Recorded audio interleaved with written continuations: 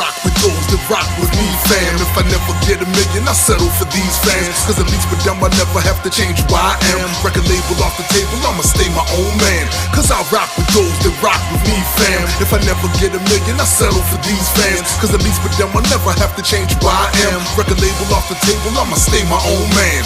Sit and ponder this, you wonder why I'm dominant. The bars you spit incompetent, it makes me wanna vomit quick. I bully all these rappers around me by spitting honest shit. Clean up all the trash you kick and fucker, I mean all of it. You seem to really think that people care about what you rhyme about, but honestly they sitting there just waiting till you close your mouth. Me, I like to rhyme about corruption in its large amount. You spew the type of phony shit that I be talking about. The type of shit you never do or you don't even have. The same type of track that you can hear from nearly every rap. I'm on some other shit and you too dumb to cover it. You say nobody cares, but look, these people loving it. This is a new movement, taking it back to the basics. Where the fans really listen, they can tell that you're faking. And I don't need the mainstream to come co-sign my stuff. Just the people that I'm rocking with is more than enough. I rock with those that rock with me, fam. If I never get a million, I settle for these fans. Cause at least with them I never have to change who I am. Record label off the table, I'ma stay my own man. Cause I rock with those that rock with me, fam. If I never get a million, I settle for these fans. Cause at least with them I never have to change who I am. Record label off the table, I'ma stay my own man. Yo, I honestly swear, if it wasn't for y'all, I promise that I wouldn't be here. I'll be back on the block, shit. Not giving a fuck about rap at all. I keep doing this cause all of y'all accept my flaws. When I was suicidal, my friends neglected me. I dropped the and listen and all of y'all respected me. People that I didn't know started to check for me. Y'all were the spice that was missing in my recipe. Damn.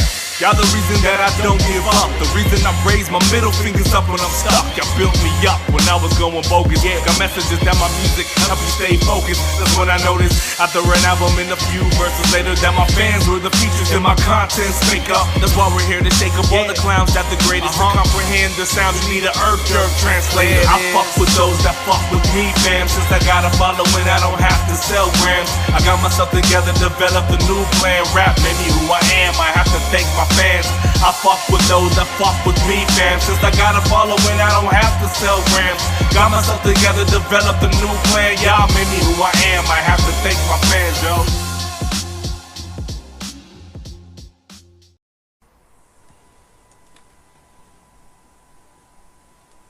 How's everybody doing? Yo, yo. This is Tombstone the Dead Man, along with my partner in crime, Adekwit. Representing Reaper Nation and There It Is Entertainment, and there it is. This is our launch program for the new podcast Rock With Us, and I want to thank everybody that's rocking with us right now. Definitely, I'm very excited about this shit, man. Yeah, well, very excited. You should. It was your idea. Yeah, it was your idea. Now, for those who are not familiar, might be new to our audience. I'm Tombstone the Dead Man. I'm a hip-hop artist, independent. I've released 5 albums in the last 2 years, which I'm pretty proud of most of them. I'm an independent business owner, CEO, owner-operator of Land of the Dead Entertainment, in which Reaper Nation is a brand name under it. Adekwit, care to introduce yourself? Yeah, I'm Adekwit. From Miami, Florida. I'm a MC, rapper. I like to rap about rationalism and skepticism in my life and past experiences. I'm also the CEO of my own entertainment company called There It Is Entertainment. I also do YouTube videos on YouTube about social commentary as far as science and skepticism also. And that's about it. Oh, and I also dropped 2 albums in 2 years, and I have a mixtape before those 2. So yeah, and I'm pretty happy with what I've done also. Awesome. And we are both proud members of Grand Unified. Definitely GU. This is basically an organization full of skeptics, and we promote science, rational thought, reasoning, and we use art to do it. The particular art that we choose to use is hip-hop. That's what the hippity hop. The hippity hop. The rappity rap. Yep. We do the rappity rap. So you can also find me on YouTube as Rational Warrior. As a matter of fact, this will probably be airing on the Rational Warrior channel as well. So it'll probably be on. Yeah, I'm gonna put it on mine so you guys can find me at on YouTube at Adekwit. Just Adekwit. In case you guys don't know how to spell my name, and I see the irony of me spelling it wrong, but wow. I got a cat in here that just refuses to disrespectful. He's just disrespectful, man. I thought it was my cat at first. Nah, that's this big, fat, black, disrespectful, extra loud, pea-brained cat that I got in here. You sound like the cat version of Rick Ross. Nah. Shit. Wow. But yeah, we wanted to thank everybody that has been supporting us in all of the endeavors that we've attempted to do over the last few years, and in all the new things that we had. This is 2015. We got a whole lot of stuff that we really want to throw at you guys, and this show being one of them. And we're going to try to do everything we can possibly do to make sure to keep the quality up. Exactly.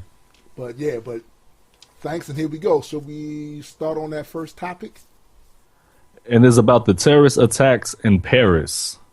Yeah. Okay, so first, let me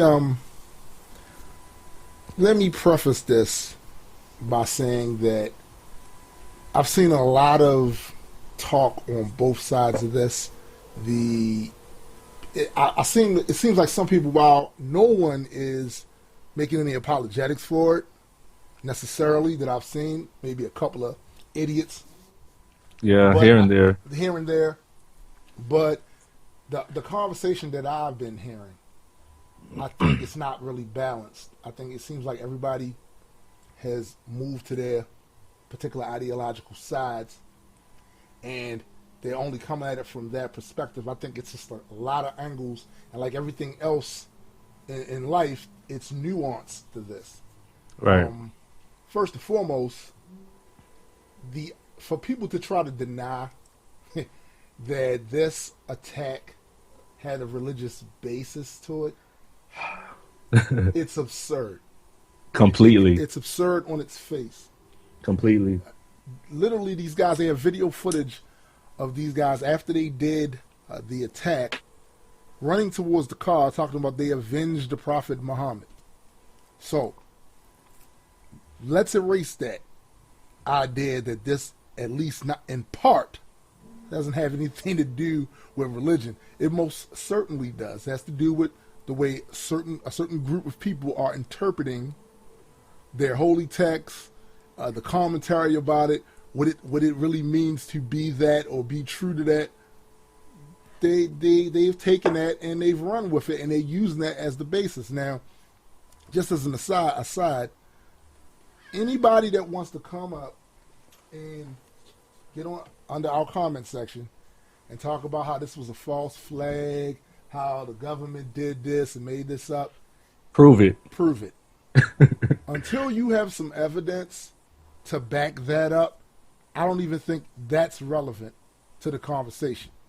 If you have some, and by evidence, got to make this clear too, by evidence we don't mean you bringing up other incidents that you think were false flags, right, and saying that if they did that, right, then why wouldn't they do that? That's not evidence. Because correlation does not mean causation at all. Right. So let's get that out of the way first. We're going to discuss this as if this really happened, okay? Because anything else, you need evidence to say that didn't happen. Right. I think they said it was like 6 people that was involved overall. I think they've killed 3 of them now, and I know they're looking for one of them was a female, and I know they're looking for her now. I don't know if they found her yet. I'm sure people in my audience, if you've been keeping up with this and you know whether or not they found her, you can let us know in the comments section. It's a horrible thing, man, and you know the whole thing about people saying it's not necessarily the religion that did it. I beg to differ. If they can find support for the actions they took in their holy text, right, or in any commentary that supposedly explains the holy text that is respected, you can say they misinterpreted, you can say they took it, whatever, but they can find a quote in there that backs up what they're saying, then exactly, yeah, that's a fact that you can't leave out. And the fact that they admitted that was the reason behind the attack, Yeah. I mean, I'm you going can't to deny accept them that. at their word. That's what Exactly, they're saying, because you always get the people that want to chime in and say, "Oh, well, those aren't real Muslims." Well, you can't tell them that. You know what I mean? And Because look, I'm pretty sure extremist Muslims or fundamentalist Christians feel the same way about moderate Christians and moderate Muslims. exactly. I You just want know? to say that. I completely get it. I completely get it. Those Muslims that don't feel like that and don't have those violent tendencies like that, you feel a certain amount of offense when you see these people do these sort of acts, and then they want to have the same label as you. But you need to understand something. We understand that all of you aren't Exactly. out there doing that. But that's what pisses me off the most. That you have to have the qualifier. Right. Not all Muslims. Like you know when I say terrorists, Muslims who are terrorists. That's it. I'm not talking about the ones that are peaceful and follow the religion in a peaceful way or whatnot. I'm talking about the ones who are actually causing damage to the planet and to other human beings. You know, Right. I don't feel like there needs to be a qualifier because when I talk about Christianity, I don't have to say not all Christians in Right. order for people to know that I'm not generalizing anybody. Exactly. And But look, for Muslims, you have to do that for some reason. well, I think one of the reasons that's become the thing to do is because in this country there is a history of, Americans. Like a classic example, during 9/11, there were all kinds of incidents where people who weren't even Muslims, they just wore a turban because they was a completely different culture, was getting jumped in the street after 9/11 because you got a certain segment of this population that's ignorant as fuck. Right, and that was fucked up. Like, there's no excuse for that There's shit. no excuse for that. Like, they're ignorant as fuck, and they are the type of people that don't know or understand anything about any other culture or faith other than the one that they're engaged with and the one they was raised into. So to them, they feed into every stereotype, every prejudice, every bias, and if they see somebody with a turban on their head, oh, he's a Muslim. Automatically, yeah. He's a Muslim. They could be a Sikh, you know, they could be a bunch of other things, but there's a whole bunch of other things, groups of cultures that wear similar garb. But like I said, I think that's where the qualifying came from initially, because there were incidents that were taking place where they were just looking at any old body that had, or even in their mind, resembled what they thought a Muslim looked like. Right. And people was doing, they was committing acts of violence against them, which is bullshit. Yeah, But, I mean, I understand why people feel there's a qualifier need, but I just don't feel like I personally need one because I know exactly what I'm talking about, and I feel like most people should know too, because I'm not the type to generalize, but I don't know. It just still pisses me off that people feel the need that you have to do that. Well, they're trying to conflate making a criticism about the religious dogma and its practices with that being a race. Right, right. Religion is not a race. All right? At all. It has religion doesn't have a DNA. Right, not at all. There was also some news about the bombing of an NAACP office. Yeah, I saw a few. Colorado, I think. Yeah, I saw a few posts about that. So at this point in time, the only question I have is, well, first, from what my understanding of it, nobody was harmed, so that's a good thing. Yeah. That's a good thing. Nobody was hurt, and when you hear stuff like this, I just want somebody to say that it wasn't about race. That's all I want to know. That's all I want to hear. I want to hear one person say it wasn't race targeted. Oh, trust me when I tell you, somebody is going to make that argument. I see it all the time, man. People, I'm gonna tell you something. One thing about the people in this country, a lot of them are so quick. They're trying to run headfirst into this idea of post-racial America.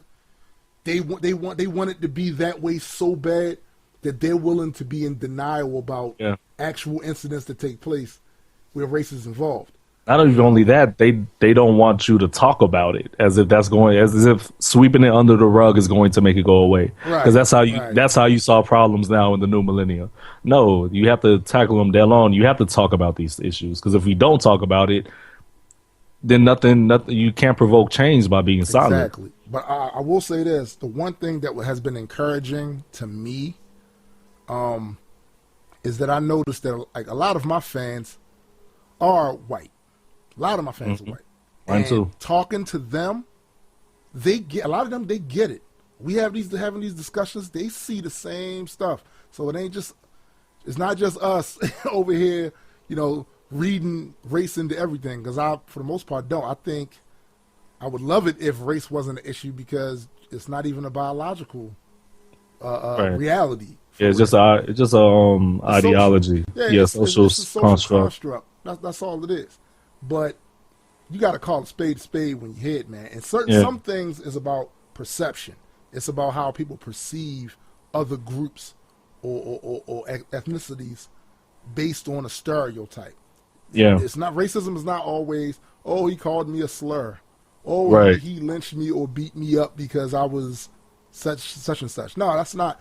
Sometimes it's just a matter of perception. When you see me, if I to you for some reason look more dangerous because of what ethnic group I might be a part of, then you might be a racist. You might, yeah. Like, if I'm just sitting there, it's one thing if I'm doing something to give the impression that I'm about to tear some shit up. You know what I'm saying? But if I'm not, I'm just chilling.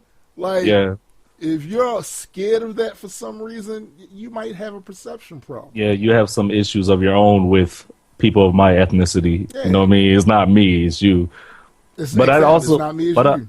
But I also think, like, as far as people who try to deny that racism doesn't exist anymore, I think it has a lot to do with emotional, so like emotions and shit. Like, yeah, because they don't want to. They don't want, like I said, they just don't want to deal with it because it makes them feel.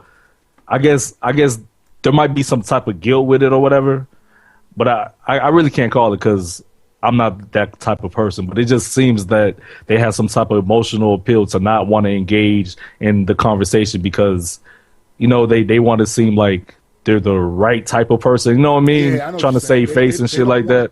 They don't want, a lot of people don't want it because I'm gonna tell you something, man, and to the credit of certain things in society has changed. A lot of stuff has actually changed. It's a blight on somebody's personality or their reputation if they're looked upon as being a racist, and it hasn't always been like that.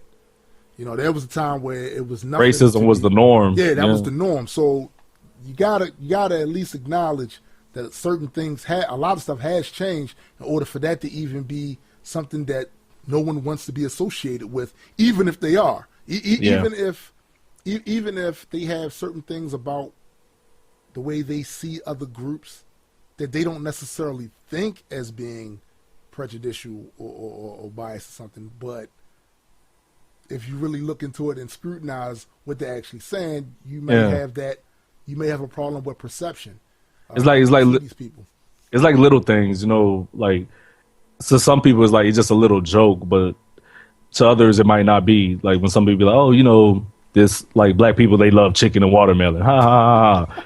Like, you know what I mean? Like, yo, but like, I do like chicken and watermelon. I do, I do. You know what I mean? Like it used to get to the point where like I would be in public eating chicken around white people, and I would be like, I hope I don't look like a damn stereotype. You know what I mean? Like, and that's a problem too because we shouldn't. Dude, we shouldn't care. Like I don't care anymore. But I think the consensus is that most people like chicken. Yeah, because now I eat my chicken like, I bet you want some, don't you? You know what I mean? Ridiculous. So I think like we've heard enough about the problems. You can see it on the media. They talk about it all the time. But is there any possible solutions to prevent things like the attack in Paris from happening? Is there any possible solution? Because for one thing, what I've noticed, poverty plays a big issue with a lot of this stuff. Because in some of these countries that are Islamic, it's, the upper echelon of the society over there. They have all the money and the resources, and it's a lot of really poor folk over there being told that the problem with their country isn't the leaders over there. It's big, mean, old, bad America. And you know what? In some cases, that might be true. But I would say that the majority of the problem would be their leadership over there and how they choose to put themselves on a pedestal. Yeah, how they treat their citizens. How they treat their citizens, you know what I mean? So it's one thing, it's real easy for someone to convince someone else that's not doing too well that, it's not your fault or the fault of it's somebody else. It's the big shaitan, as they call the United States, the big shaitan, the devil. It's the United States, their hand behind everything and all of your problems and stuff. It's real easy to convince somebody that's not looking good, and because it's always easier to shift the blame than to carry that weight of knowing that maybe it's something that we're doing. You know what I mean? Or something we're not doing. Or something we are allowing to happen. I'm a firm believer in the fact that whoever's supposed to be allegedly in charge, they're only in charge, or should only be in charge, at the convenience of the masses. You're not up there. You're not supposed to be in that position just to benefit your goddamn self. Right. You're supposed to be in that position because you're supposed to be doing the people's work. And that's the one thing that's gotten away in this country, gotten away from that, is people don't want to do the people's work. They want to do everything they want to do to benefit themselves and raise their station higher in life. That's the problem we have with the politicians over here. And I'm pretty sure that problem is not unique to the United States. Well, as far as solutions to these problems, I know it's not a solution. I say that we don't back down to these terrorist threats and attacks. I feel we should still scrutinize religion openly and do it in ways that we feel fit as individuals. Even if it's not tasteful or whatever, because I don't really care about shit being tasteful or whatever. Right. If it's true, it's true. You know what I mean? Right. And if you're offended about somebody saying your beliefs is bullshit, then maybe you need to check your beliefs. Especially if I'm serious, especially if your beliefs make you so angry that you want to hurt somebody physically. You really need to get checked out. And that's all I'm saying. We shouldn't bow down to these terrorists and their threats. And also, as far as racism, we shouldn't stop talking about it. We need to talk about it from both sides, from every ethnicity, every race. We all need to talk about it because maybe there's something that I see that you don't see and vice versa. So we need to have an open dialogue and just be honest about it. I agree. So that's my take. All right, so we're going to take a break here. Got some music coming up. Throughout this entire program, from time to time, we'll be playing music from the album that I put out last Halloween called Cosmic, and from Adekwit's album. Give him the name, Adekwit. Is Rathmatics, the Hip Hopper's Guide, is with me and my homeboy JB. He's a producer, and we kind of ripped it up. So, yeah. Yeah. So, you hear anything you like, let us know. We'll have a link on whatever sites this podcast will be going up on. It should be up on YouTube. I'm gonna put it up on Reaper Nation, on Stitcher. Is that Stitcher? I can never pronounce that right. I think it's Stitcher. I think it's Stitcher? Yeah, it'll be. Yeah, because it has an I. Yeah, you know what? That might be a good clue right there. So we're going to play a little bit of music. And on the other side of this, we're going to talk about some new tech. Oh, yeah. Mr. Adekwit gets on my last fucking nerves, okay? He always says that we need to cite our sources and make sure that they were peer reviewed. Like, who the fuck has time for that? It's on the fucking internet. If it's on the internet, they would have lied to us and put it on the internet. If it wasn't true, it wouldn't be on the internet. He says that I lack critical thinking and whatsoever, but you know what he is? He's just a fucking douchebag, so fuck him. Whatever happened to fact checking? Remember Coney 2012 shit? I learned my damn lesson. I viral that link too, thinking it was progressive. But that's when I was vulnerable and not a damn skeptic. And now I'm 27. What the fuck is your excuse? You still share articles. That's not peer review. You let your preconceived notions determine whether or not it's true. I wonder why I'm condescending whenever I talk to you. Then throw a homonyms and claim I'm insulting rule. Play victim so much you think I'm physically assaulting you. I honestly just try to have an open dialogue, but there's always the guy that won't realize that their logic's flawed, which makes me conclude the views haven't been challenged yet. They get it confused and take my question in as disrespect. It's not even you, It's your views, I reject the used to. Yes, man, I'm a man that's not used to saying yes. I'll say it to your face to make sure that you stay in check. Don't never think I do this cause there's a screen at my desk. I'm not even the violent type, it gets me so upset. Cause when you ask why it's true, they say it's on the internet. Yeah, they saw it on the internet. That's why they share it, spread it without no regrets. And when I call them out, they get so upset. Natural news, InfoWars gets no respect. Yeah, they saw it on the internet. That's why they share it, spread it without no regrets. And when I call them out, they get so upset. Natural news, InfoWars gets no respect. I've done my research and studied this for a month or two. Oh, you were in a lab with tubes, mixing chemicals, use the scientific method, double-blind testing data too. That's why the science community fucking laughs at you. That's why I do it too. I find your claims delirious. Ridiculous that you take food-based serious. You probably back her cause she has a nice ass and a pair of tits, but at the end of the day, she is not a scientist. There's no denying it. You sound like a damn clown that got the nerve to question Mr. Tyson's background. He's an astrophysicist, he should fucking pipe down. The contradictions stick like a body chick in a tight gown. That's why you don't like the type of raps that I'm writing now, because I'm heating up the grill to cook up your sacred cow. Anecdotes are not proof, the same goes for me. So if I bring one up in discussions, you better challenge me. I'm not an expert in any field, no schooling or degrees. Make sure you validate my sources before you just agree. Whether it's GMOs, vaccines, or herpetology, don't ever fall victim to derpology. Yeah, they saw it on the internet. That's why they share it, spread it without no regrets. And when I call them out, they get so upset. Natural news, InfoWars gets no respect. Yeah, they saw it on the internet. That's why they share it, spread it without no regrets. And when I call them out, they get so upset. Natural news, InfoWars gets no respect. Here's a few sites that you never should use: InfoWars Examiner, Natural News, Real Pharmacy, The Blaze, World Truth, Daily Mail, The Onion, and even Fox 2. The Bible, Rocola, Above Top Secret, Forest News, Zeitgeist, Answers in Genesis, Discovery Institute, Conservapedia. Beware of what you read on social media, cause 9 times out of 10 they're deceiving ya on the internet. Yep, they saw it on the internet. Yep, they saw it on the internet. That's why they share and spread it without no regrets.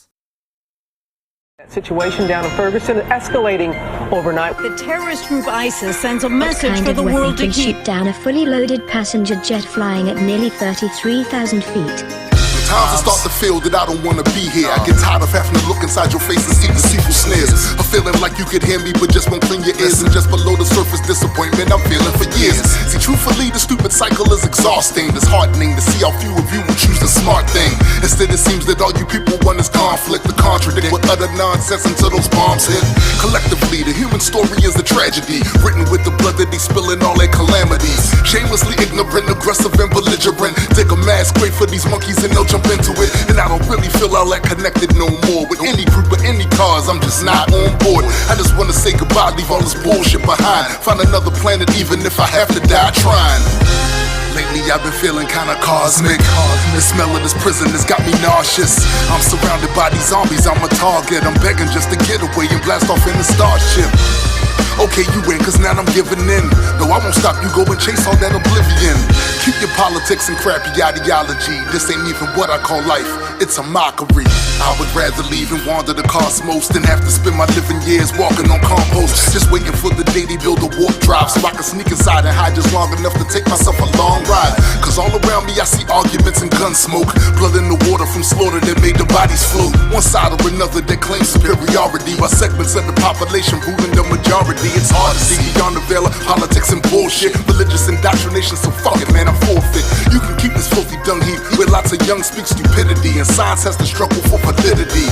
I'd be a liar if I said there's not a part of me that likes to entertain that evil, mean, and dark of me, that longs to kill them all in the flash of extreme violence. If it would mean I could exist inside serene silence. Lately I've been feeling kinda cosmic. The smell of this prison has got me nauseous. I'm surrounded by these zombies, I'm a target. I'm begging just to get away and blast off in the starship. Okay, you win, cause now I'm giving in. No, I won't stop you, go and chase all that oblivion. Keep your politics and crappy ideology. This ain't even what I call life, it's a mockery.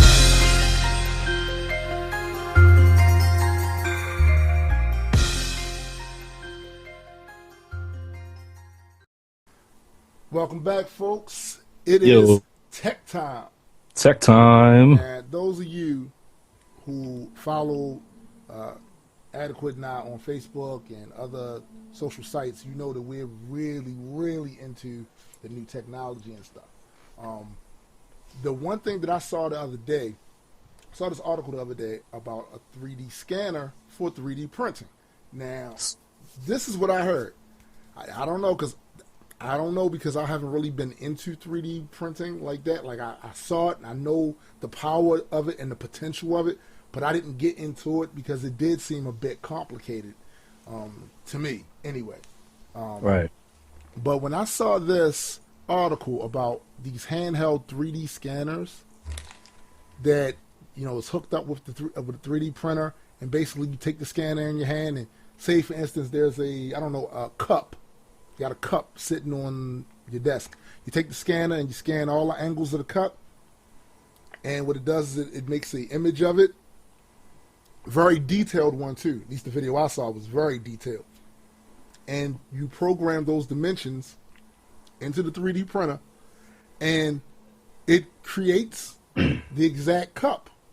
That's awesome. Speaking of cups, is I need another cup, so I might need one of those printers. Well, see, it might be better off you going to a dollar store. Yeah, for now. For now. A 3D printer to get a cup. Yeah, then I'm not gonna be drinking anything for years, yo.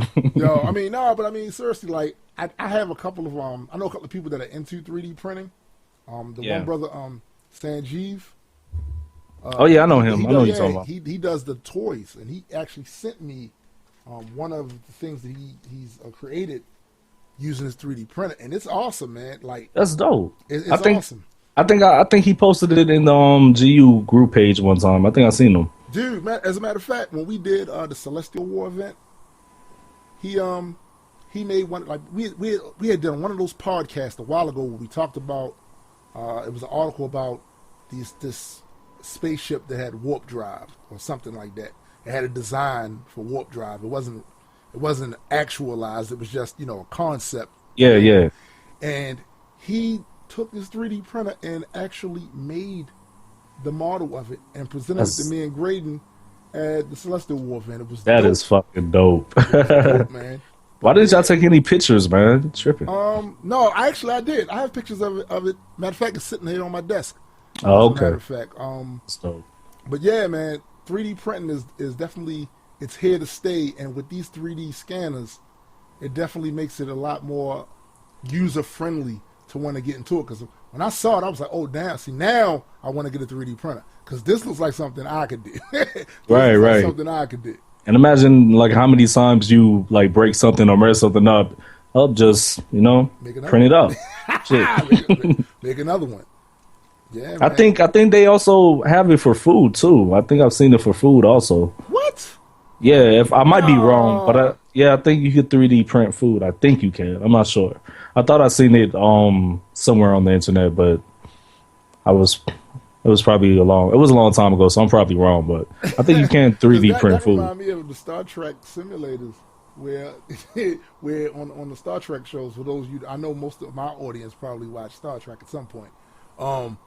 They would basically go up to this machine, this computer on the ship, and tell them what they wanted. They wanted some tea or a sandwich or something like that. They would basically tell them what they wanted, and the computer would use molecules and engineer one, and it would just appear exactly the way they wanted it coming out of the machine. I need that in my life. Man, I'm already 240. I'd be like 360. I'd be 360 pounds if I had that damn thing. Wasn't there a piece of technology you want to talk about? Oh yeah, earlier today. Well, I'll give you guys a little breakdown of the story. Okay. It was like 1 o'clock in the morning, and sometimes you got to get up, use the bathroom, and I had my computer, my laptop on the floor, and it was like real dark. It was like pitch black, and I forgot that I had it on the floor, so I accidentally stepped on the screen. And once you hear that crack, you're like, oh fuck, and then I'm like, now I have to see the damage that's done. Right. Turn on the light, look at the screen, completely done, over with. You know what I mean? I try to turn it on. It doesn't show any of any images or anything. It's just totally fucked. Oh, that sucks. Yeah. So what I did, I looked up online and found a site. I forgot the name of the site. If I find a site, I'll drop it in the link for the podcast. But I found a site that sells laptop screens, and I got the screen for about $99. Including, well, not including, well, yeah, including shipping, it was like $99 altogether. And I got it in about 2-3 days. It was pretty cool because the standard shipping is like 7 days. I was supposed to get it Friday, got it today. So bomb. I was shopping around to see where I could get somebody to install it for me. Right. So I called one place and they were like, "Oh, it's $99." I'm like, "Fuck! I just spent $99 for the damn screen." You know, like it didn't make any sense. So I called another place and he was like, "Oh, the guy's not here now, but we could do it for $30 or he'll have it ready by Saturday." And I'm like, $30 is cool, but I don't like to wait. You know, like I need my screen right now. Right. So what I decided to do, my girlfriend and I, we decided to do it ourselves. So we unscrewed everything and looked on YouTube, found a little, what is it called, a tutorial to get it done. Yo. And it went really, really smooth and everything's up and working. The only problem is the resolution kind of sucks because, you know, they changed the models of the screens or whatnot. But as far as the functionality is pretty fucking dope. And I'm not a big tech head like that as far as hands-on. So for me to be able to, together, right. Yeah, but for me to be able to do it myself, it's kind of cool because my dad, he used to like take computers apart and build them and all that shit when I was a shorty, but I was never into it. I always saw it as boring, but doing it myself, like that shit was tons of fun because I didn't know that I had that, you know, say brain capacity to actually do that shit. Hold up. So do you think that that's what you're going to be doing from now on? Are you gonna be putting together your own stuff now? Are you going to try to cut out the middleman? And I'm Geek Squad or the Nerd Herd or whatever people want to call it? Actually, I'm thinking about it because even when I went to Best Buy, they were like it would be about $500 to replace, and then I went on to Toshiba.com. They would said it would be like $600 to like $1,000. I'm like, oh, that's insane. Yeah, I might as well just buy another fucking computer. Right. You know what I mean? But you know what? I remember when you had told me about you had cracked it and you was getting another one. And I was talking to the wife about it, and she was like, oh, he gonna wind up paying as much for one of those as you would for a brand new computer. It's just better for a new computer. But you found a good deal on it though. Mm-hmm. See, the thing is, with that, like Nessa, she got her own computer because she been needing a new one. Right. But I still needed my shit, so I was like, let me just get the screen because when I was calling around, people say it'll be cheaper if you buy the screen first. But when I was like got the quotes for them to install it, I was like, whoa, no, I'm not doing that. That's where they get you at right there. Mm-hmm. The installation. Yeah. But and all, you know, it was a good look. So if you guys ever get your screen cracked, you know, do it, you know, like have your own intuition to do it yourself because it really doesn't take no time at all. It took about 30 minutes to an hour to get it completely done. So awesome. So we're about to go into our next musical interlude. Hope you enjoy the sounds. And on the other end of this, one of my favorite topics, you already know what that is, Adekwit. Comic books. And you know it. There it is.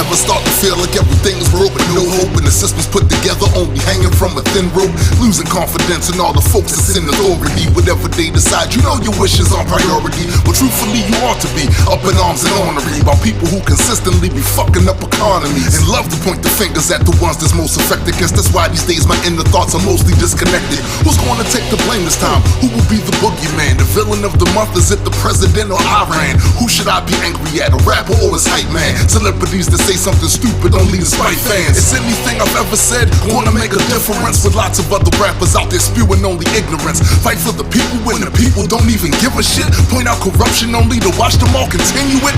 Fuck that.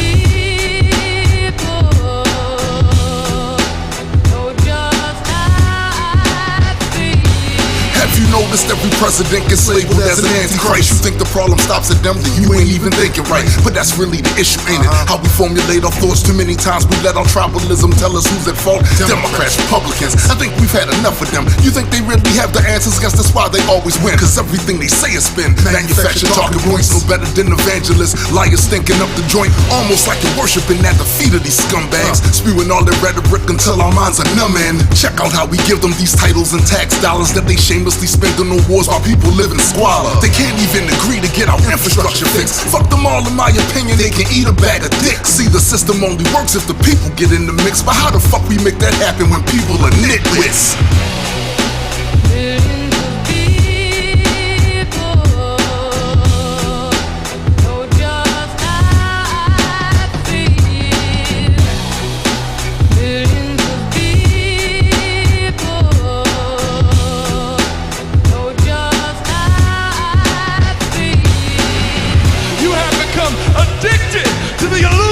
Of what a hero is. You've become addicted to the illusion of what a hero does for you. You think you need someone to pat you on the back. You think you need someone to tuck you in bed and not kiss you on the cheek and tell you that everything is alright. But everything is not alright!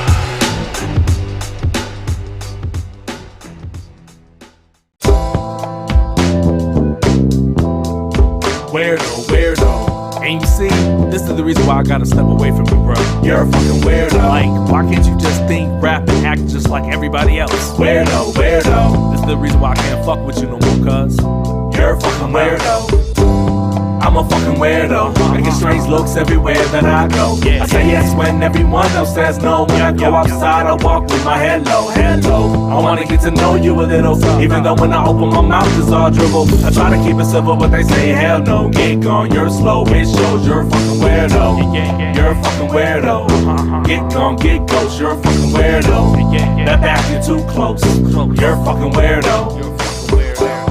People say that I'm strange. It doesn't help that I'm fucked up in the brain. The chemical imbalance, yes, it's a challenge, but it's easier for people to say that I'm insane. So they don't know the half or the whole. It makes me feel all of y'all are despicable. I don't wanna feel that shit, but my brain does backflips. I be feeling so low, though. I try to act cordial and normal. You get mad when I try to inform you. Maybe I should just roll out like Transformers or disappear like Houdini. Yeah, I'm gone poof. They don't like proof, or me neither. Ease them up inside that I'm a non-believer. At least I don't deceive you, but they say hell no, die slow, kick rock. You're a fucking weirdo. I'm a fucking weirdo. I get strange looks everywhere that I go. I say yes when everyone else says no. When I go outside, I walk with my head low. I wanna get to know you a little, even though when I open my mouth it's all dribble. I try to keep it simple, but they say hell no. Get gone, you're slow, it shows you're a fucking weirdo. You fucking misfit. Why can't you be like everyone else, you dipshit? So you have to be confrontational and make everything a debate, cause the claims hold no weight. I get pissed when people say conversate. Yeah, you're nitpicking. Why do you diss religion? Shit, why not? They're just mad that they have to deal with openly opposition, that's why they're tripping. Remember sitting in my bedroom reading Archie comics and spawn shit.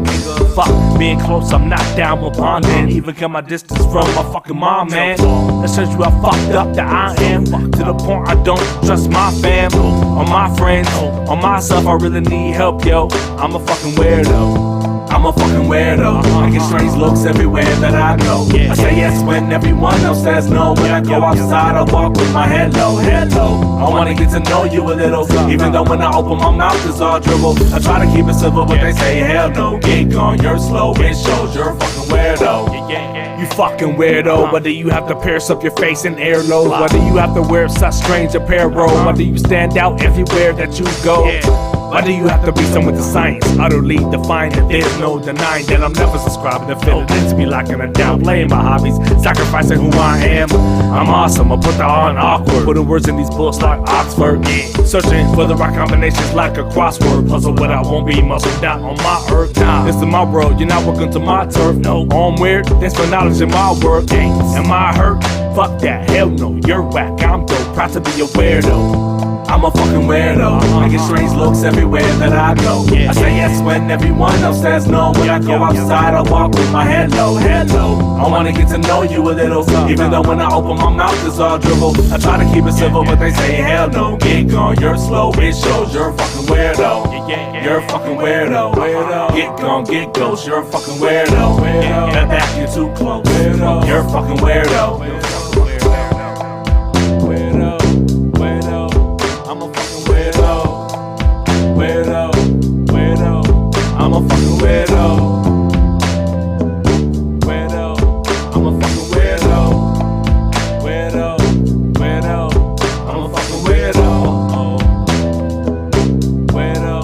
I'm a fucking weirdo.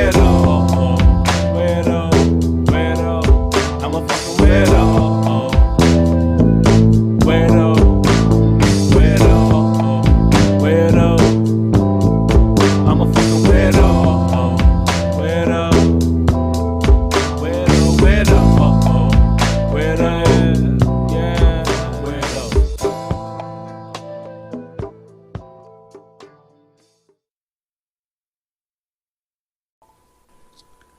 And we are back.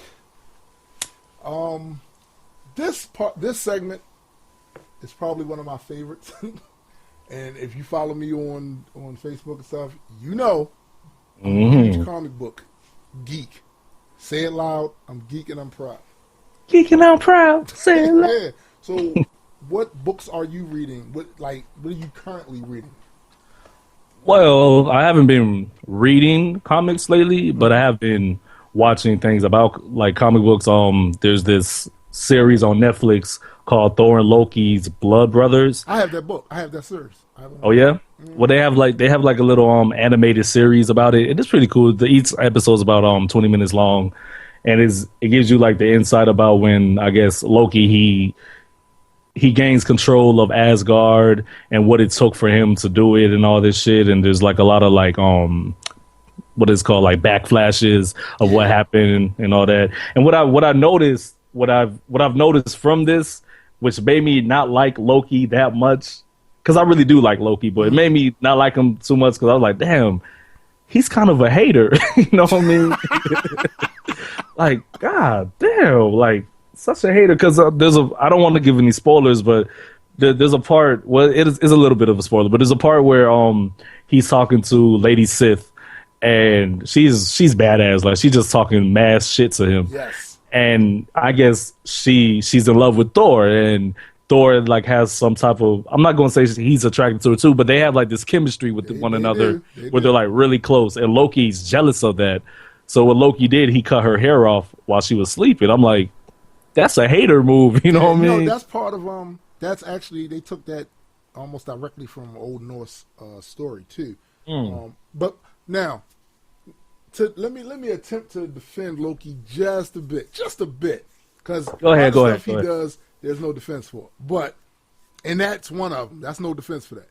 But the reason that Loki is the way he is, if you look at the history of the character, at least in Marvel, we're speaking strictly the Marvel versions, not the official Norse stories or whatever. Right. You gotta look at it from his perspective. Here you have a kid who had his parent, his father was killed by Odin. Right. Odin, I guess to honor the father, because it was probably a good battle or whatever, he takes Loki in, and now Loki's living in the house of the being that murdered his father. Exactly. He's so pretty raised by. But like you said, I understand that, because like after he finds all that shit out, he feels like, damn, my entire life I've been held captive. Yeah, and then if he also feels like, he feels that the only reason he thinks Odin had ulterior motives, right, for adopting him, and basically he would be the darkness with which Thor's light would shine even brighter against. And that's, I gotta be honest, I'm a big fan of Odin for the comics, but Odin's a bit of a douche when he want to be. Yeah, he really, like, he can be a bastard. Matter of fact, that point that you just stated about Loki being the dark side to Thor's light. Is actually that's what they talked about in the series that I was watching, and it makes a lot of sense because there's a part where there's like multi-universes and Loki gets to see them, and it in any universe it doesn't matter what, Loki will always be second best. Loki will always be the bad guy. You know what I mean? Because he will always have to. Yeah, he will always have to compete with Thor, and like in the universe where he finds all this out, he's like, "Fuck that! I'm going to change that." You know what I mean? Right. So I do feel Loki's pain. It just kind of sucks. It does, and you know it's crazy because I saw a meme. I think it was like on Instagram, and it was really insightful. I thought because it basically was saying that Loki spent all these years being upset and hateful because he wasn't Odin's favorite, and that whole time being so hateful, he completely overlooked the fact that he was Thor's favorite. Right, that's true. Like that was his boy. That's my brother. He put no qualifications on it, no caveats. That's my brother. Even though they weren't blood related, that's my brother. Yeah, even in the series, like Thor still holds him down. You know what I mean? Yeah. Like he still does. But what I've been reading lately, I went back because I started reading Infamous again. Now, for those who are not familiar with that, Infamous is a story from DC Comics, and it's alternative universe version of the Justice League members that we know. You know, Superman, Batman, Aquaman, Wonder Woman. And in this particular alternative universe, the Joker succeeds in doing something that I've been saying for a long time needs to happen for the Superman character as long as me. I mean, as far as I'm concerned. He manages to give Superman another tragedy. Nice. Because I always felt as though they keep going back to his planet blew up. My planet blew up. I'm an orphan. I was sent here to Earth. Okay, you were a baby when that happened, dude. Right, you didn't experience none of that. So I don't see how, like at least, with Batman and his tragedy that transformed him, he was old enough to have spent time with his parents, right, grown attached to him, and then they was taken away from him by some criminal. With Superman, dude, they threw you on a rocket ship. Yeah, they had your best interests. You know what I mean? Yeah, like they looked out for you. But even then, you don't remember your mom, you don't remember your pops like that. You came to Earth, and as far as you're concerned, Ma and Pa Kent was your parents. Even when you found out that you weren't from here, you may have been curious of who wouldn't have been. But to say that it was a huge tragedy for you on a personal level, I never bought into it. But what I used to always say was, somebody needs to destroy Metropolis. He needs a new tragedy.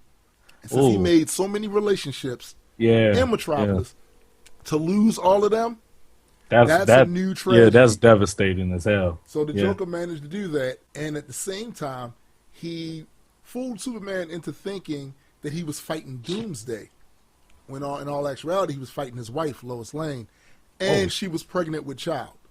So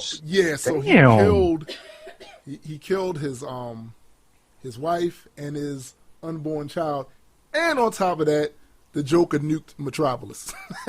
so hats off to the Joker, man. Dude, Superman does what I think almost anybody with his power would do in a situation like that. He kills the Joker. He kills him. And this sets a chain of events that causes Superman to just say, you know what, I'm tired of being reactive to crime and violence and whatnot. I can do more. Yeah. So because he does hold back. He holds back a lot. In some cases for good reason. Yeah, because he doesn't want to level a whole city with a fucking punch. You know what I mean? Because he could. And the other thing is, as much power that he has, you could look upon him almost like he's a god, but he doesn't see himself as that. And I'm telling you right now, please believe the citizens of Earth in DC Comics should be happy he doesn't see himself as that, because he could do a whole bunch of damage. And I think that's kind of what this storyline is exploring. What would happen if he actually said, you know what, I have the power. So all that violent shit y'all been pulling and all these wars and And I got something for that ass.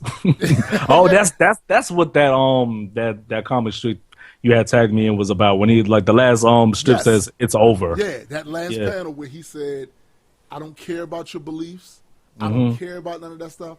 But you do not have the right to take people's lives in the name of your beliefs or your political agenda or whatever. So I have the power to stop it, and I am going to stop it. It's over." You know what? That makes me like Superman a lot more, because, you know, I'm not really a big Super fan, but that makes me want to read that series. Dude, it's dope. Like, I kind of got behind on it for a while. I started off reading it. I think it was last year before last, something like that. I started off reading it, and then I kind of fell back because I had so many other comics I was trying to get my hands on that I kind of got lost in the shuffle. So I went back from the beginning and started reading again. Man, it's excellent. Meanwhile, Graydon is far further along in that story than I am. Far further along. So I'm trying to catch up to where he's at. Right. But it's a good story. I would suggest anybody that's in the comic books, or even if you're not, just want to give them a try, you like the movies that are coming out now, just go check it out. Go check it out. Yeah. It's called Infamous, and I don't think you'll be disappointed. It's a brand new way of looking at these characters and their motivations and the things that they do. Yeah, I'm definitely going to have to hit you up so you can send that shit to me, because I got to check it out. Yeah, that sounds you do. That's right up my alley. You know, Marvel just released another Avengers trailer. Oh, word? Yeah, it's this one focuses, I think, it shows a bit more of the fight between Iron Man and the Hulk. The Incredible Iron Man suit, that one. The Hulkbuster. The Hulkbuster, yeah. Yeah, dude, like, because the first trailer, it looked like the Hulk was putting them big green feet all on Stark. Like, he did like he was getting his ass whipped. But in this scene, it looks like that Stark was, actually he got some good hits in or whatever. So I can't wait to see how it turns out. But just me observing it, it looks like Hulk was being controlled by somebody. I don't know who, but his eyes look really weird. Like, they look kind of reddish. I don't know. It looked really weird, like he wasn't himself. So you're thinking that there was a reason they did it like that? Yeah, I'm thinking it's like it was fighting. What did they call it? Like, they threw a little Easter egg in the trailer. Yeah, I think so. I think he was either being, because we know the villain is Ultron this time. Right. The villain's Ultron this time, but Scarlet Witch is also in this story, and I don't think it's outside of her power set to be able to control the minds of the Hulk, at least in this alternate version of the Avengers. Their powers are all a little different than what they are in the comic books.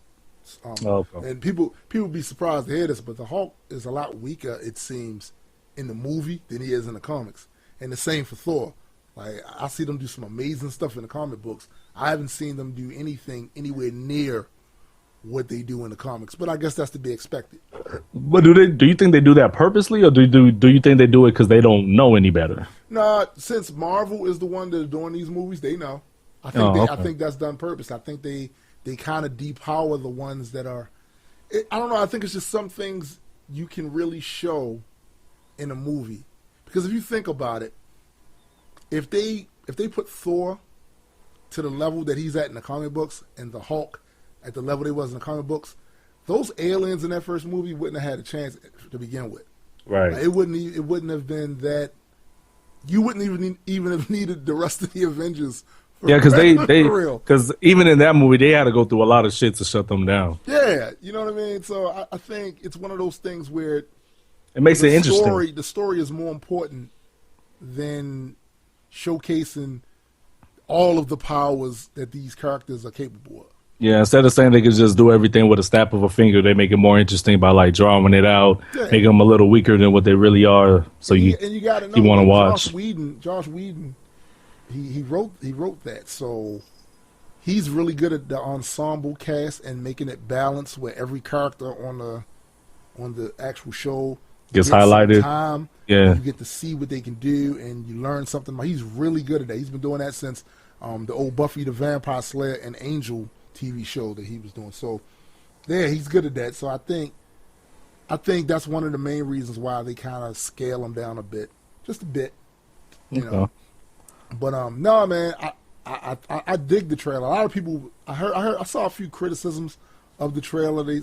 People were saying that it wasn't as polished as the first one, and you know, I would probably agree with that. But I like the fact that it showed different things, and just a theory, a hypothesis that I'm floating out there. There is this cut scene in the trailer with what appears to be an African woman in there. Now, for those who have seen both trailers and follow the comic books, recognize the look of one of the characters that was in there, Claw, who is a Black Panther villain. Yeah, I know who you're talking about. You know what I'm saying? Yeah, So me seeing this African woman in there, and she's in full garb or whatever. She, you know, got the. Are you thinking? Are you thinking Storm? No, I'm thinking Black Panther. I'm thinking that they some Easter eggs for Black Panther in there. Nice, because they had it on Netflix too. There was like a little Black Panther series, and they introduced Black Panther and Storm. Like they weren't from this. I'm not sure if they were from the same village or they were from villages that were like next to each other. Yeah, they were from villages that were next to each other, but they had like a little. I think they had like a little romance thing going on or whatnot. Yeah, Marvel pissed me off with that whole thing. Like they didn't let that relationship last no time. Seriously, they didn't. Like they get married and she became queen of Wakanda, and then they wound up breaking up. It was just a whole bunch of foolishness. I would have preferred that relationship went on a little bit longer because it was interesting. Interesting to me. But whatever. Marvel, you dropped the ball on that one. But whatever. Womp womp womp. You know, that's what we need. We need special effects. We need sound effects or whatever. Womp womp womp womp. But anyway, we're about to go into the next music interlude, and on the other side of that, video games. I got some tips for you guys for DC Universe Online. Hello. So we'll hit you with these songs, and we'll be right back. Oh yeah. All right, kids, y'all settle the fuck down. Get in your seats. Yeah, what I need you to do, take out your notebook. Take some notes. Take these notes. I got a few things I want to touch on. There's a few things I need to vent. Yeah, I know this isn't a part of the regular curriculum, but sometimes some things just need to be said. You know what I'm talking about? So take notes. Yeah. Yo, I'm the professor. I'm here to give you more, they give you lesser. If you're a hip-hop head, you should expect better. You should not ever settle for less. You should want the best. So listen up or else you'll fail the test. I'm the professor. I'm here to give you more, they give you lesser. If you're a hip-hop head, you should expect better. You should not ever settle for less. You should want the best. So listen up or else you'll fail the test. Yes. Now listen. I need your undivided attention. When it comes to spitting and ripping, you have to have a certain intention. Some give me flack. Why? 'Cause I have a knack and it's a religion. They do. Some say that it's whack or what? Or that it's an act like a magician. They're tripping. 'Cause the fact is that rap like skepticism does. That's why I question every bar they display in the riddance. Whether it's a Muslim or Christian conspiracy theorist, I feel like a surgeon when I'm dissecting their lyrics. I don't even hear it. Before an MC, I am a critic. I can like the rhythm and flow and disagree with the lyrics. Shit.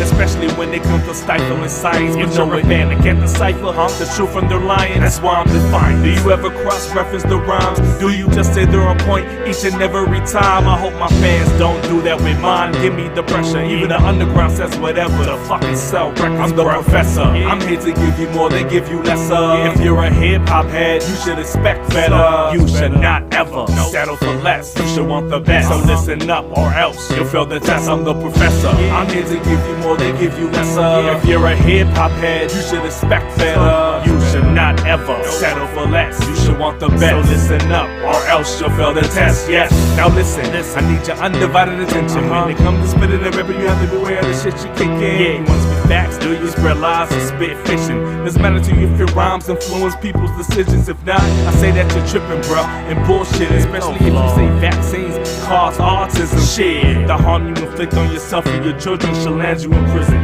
These diseases can't be prevented. Mr. Davis, you're snapping again. Now, bro, I'm just venting, 'cause that shit pisses me off like it's the tolling I'm missing. Can't see through the addiction, because they're your favorite rapper. Like agreeing with Ben Affleck, 'cause he's your favorite actor. I'm getting sick of these bastards and the stupid rhetoric they use science every day. And the facts they ignore it, they lie to you in your ear. You fucking adore it, even worse, you buy their albums and fucking endorse it. I'm the professor, I'm here to give you more, they give you lesser. If you're a hip-hop head, you should expect better. You should not ever settle for less, you should want the best. So listen up or else you'll fail the test. I'm the professor, I'm here to give you more, they give you lesser. If you're a hip-hop head, you should expect better. You should not ever settle for less, you should want the best. So listen up or else you'll fail the test. Yes, now listen, I need your undivided attention. When it comes to spitting and ripping, you have to have a certain intention. So make these rap and no apologies for religion. They know they don't want to cause friction or burn bridges with their theist friends. My position is fuck that, give them the business and say it's people not religion, like it has no influence on the way that they're living to be, because they say that living, just live with it. Translation, they don't want to deal with it. To them being past is a meal ticket. They say what I do makes it look bad for other atheists, as if I'm closing doors that weren't already locked. I just want to make skepticism a part of hip-hop. I just want all the fits sitting to motherfucking stop. Cherry picking which issues you want to touch on or not. If the shoe fits, I hope all of your albums flop. I'm not here to appease these, they can like me or not. I'm the professor, I'm here to give you more, they give you lesser. If you're a hip-hop head, you should expect better. You should not ever settle for less, you should want the best. So listen up or else you'll fail the test. I'm the professor, I'm here to give you more, they give you lesser. If you're a hip-hop head, you should expect better. You should not ever settle for less, you should want the best. So listen up or else you'll fail the test. Yes, this is the shit that I've been talking about, man. That shit getting me so tight, man. So fucking tight. I don't be questioning these rappers when they be speaking in your ear, man. I just let them get away with it cause you feel like they dope and they got some dope tracks, right? Man, fuck that. Y'all better not pull that bullshit with me, man. If I'm wrong, you better check me, bruh. And no, I ain't forget about you goody two-shoe atheists out there being apologists for religion.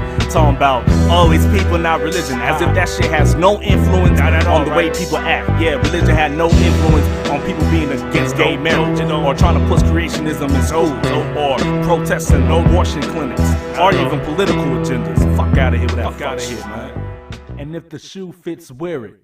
And get the fuck on. I'm the professor.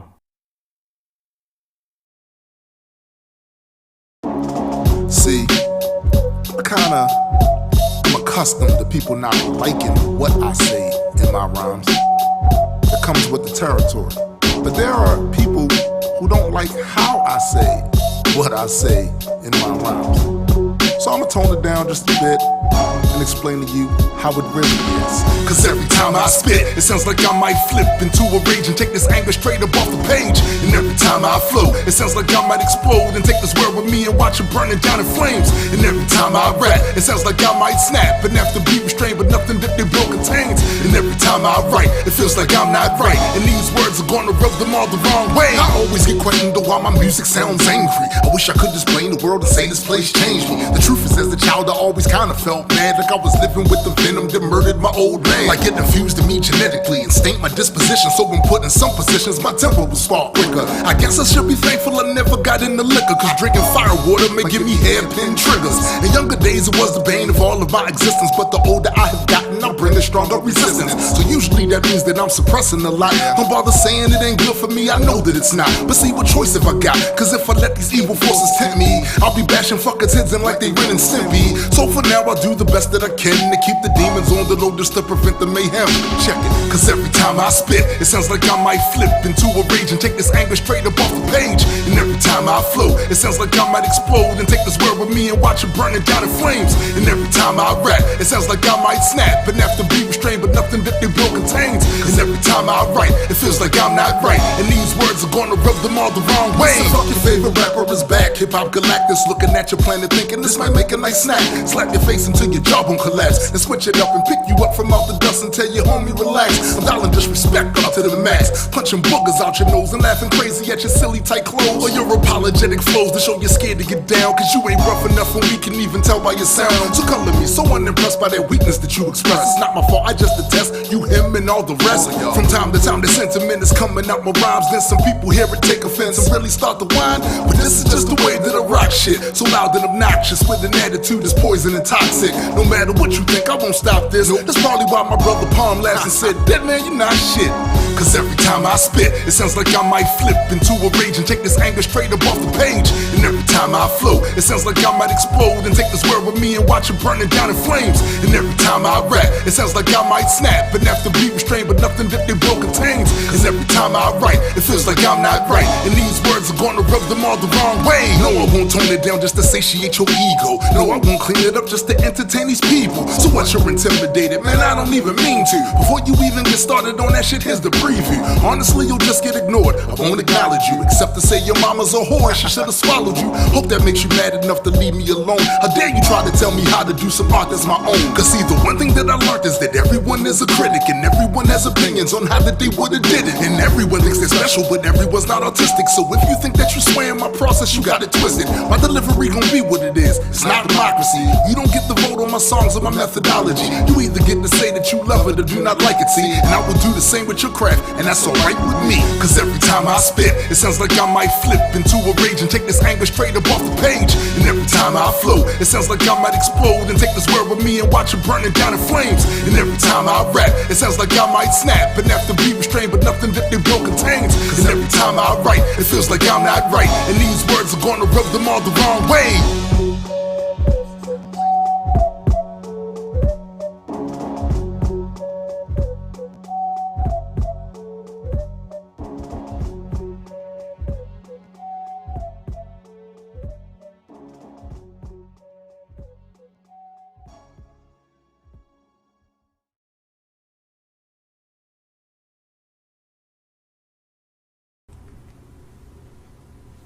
Back again. Video games. Man, let me tell you, I've been gaming like crazy now. Because, you know, I kind of held off from gaming a bit when I was putting together the Cosmic album. Right. Because it's a huge distraction. And if I'm trying to be creative and get stuff done, me getting engrossed in a video game is a no-no. Because I won't get because you're gonna be sitting there for hours. I'll be sitting there for hours playing those games instead of really focusing in on the music. But that said, since Cosmic came out, it's done. It's in the can. Fans enjoyed it. That's what I'm hearing. I started gaming again, heavy again. And the game I've been playing, I've been playing this game since the beta of it, DC Universe Online. And you know what you know what? I remember when you used to brag about that shit. I used to be so jealous. I was like, man. Oh, you should have been. And for good reasons too, because when I finally played this shit, I was like, "Yo, this game is worth bragging about." Like, the game is fucking awesome. Ask you this. What if I told you that the entire time I've been playing since beta, I've actually sucked at that game? Nah, you tripping? No, I'm dead ass serious. Look. Yeah, sure, I've gotten a couple of characters up to the level cap, which is 30. Mm-hmm. And I thought that was some big accomplishment or achievement, but in reality, it really wasn't. Because they have characters on it that's like that you have to fight that's like 99 and shit. Well, yeah, you know and you know the reason for that? This game, and this is what I've just figured out within the last couple of weeks.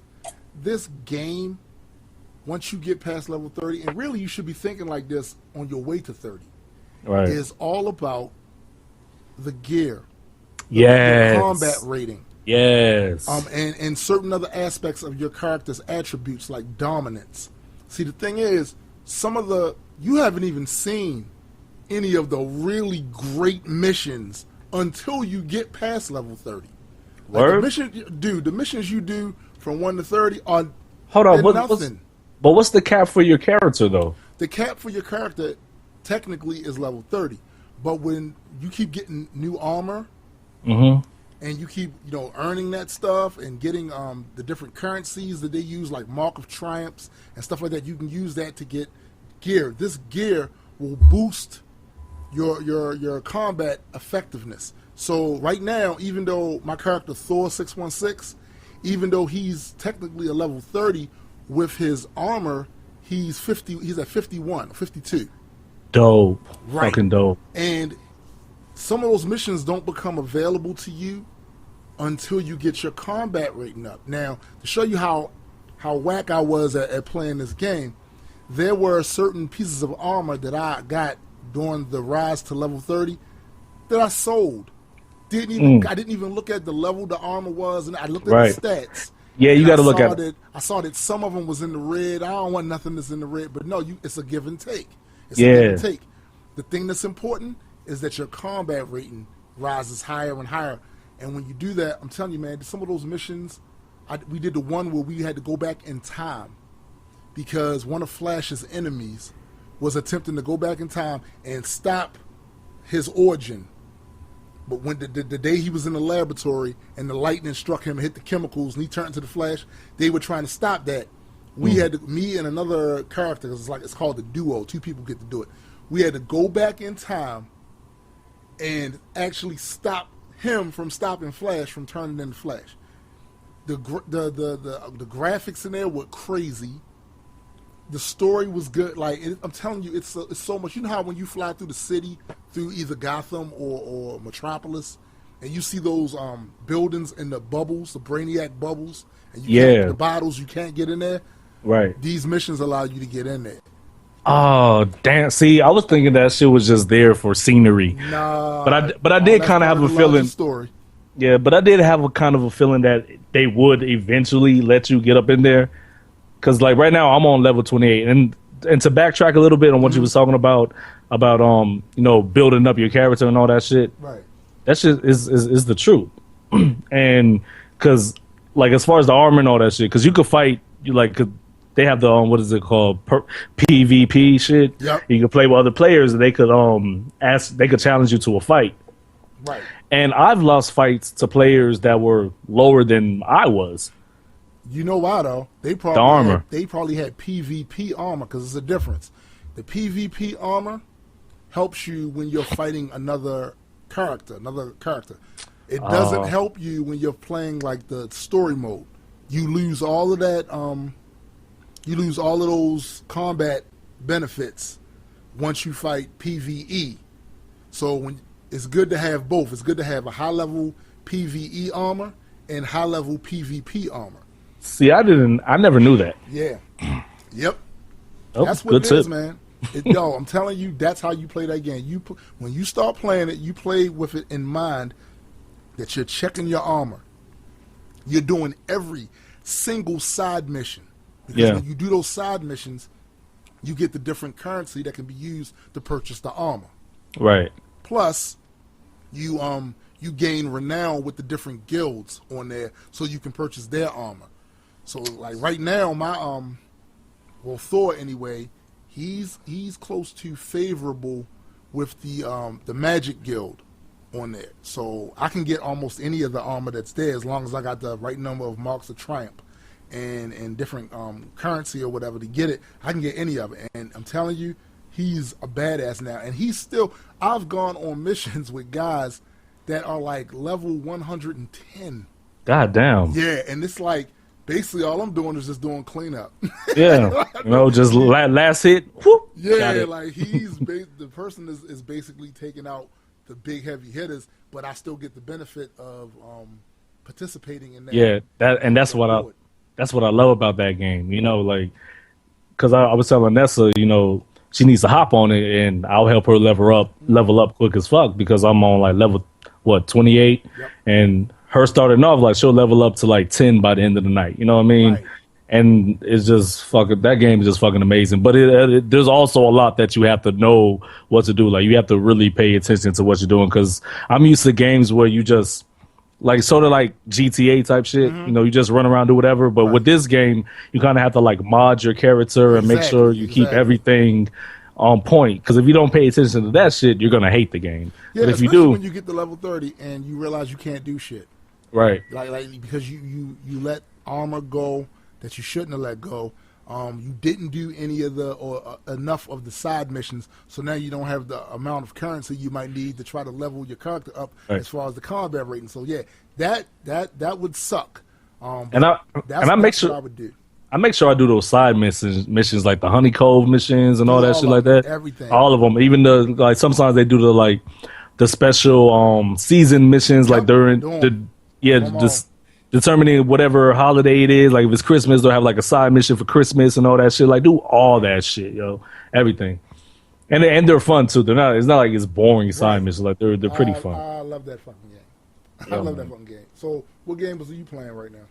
Oh God, I'm like my mind is so like everywhere right now that I can't just focus on one game. You know what I mean? Right. Like I'm really literally in the midst of playing 4 games at once right now. Wow. I'm playing. Yes, it's like that. My mind is just scatterbrained. I'm playing NBA 2K14, which I fucking love. I got it for free off of PlayStation Plus, and I'm playing Max Payne 3. That game is fucking amazing. I'm playing Spider-Man 3.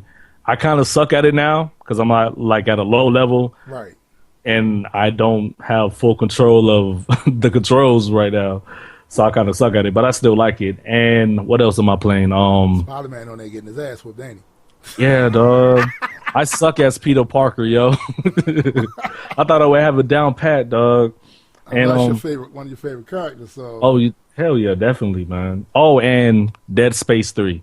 God, that game is fucking stupid. That Dead Space series is ridiculous. And I never played the first two, but this one, like, it makes me want to go back. Yeah. Like, it's the same thing with Max Payne 3. Like, I haven't played Max Payne 1 or 2, but it makes me want to, it makes me want to go back.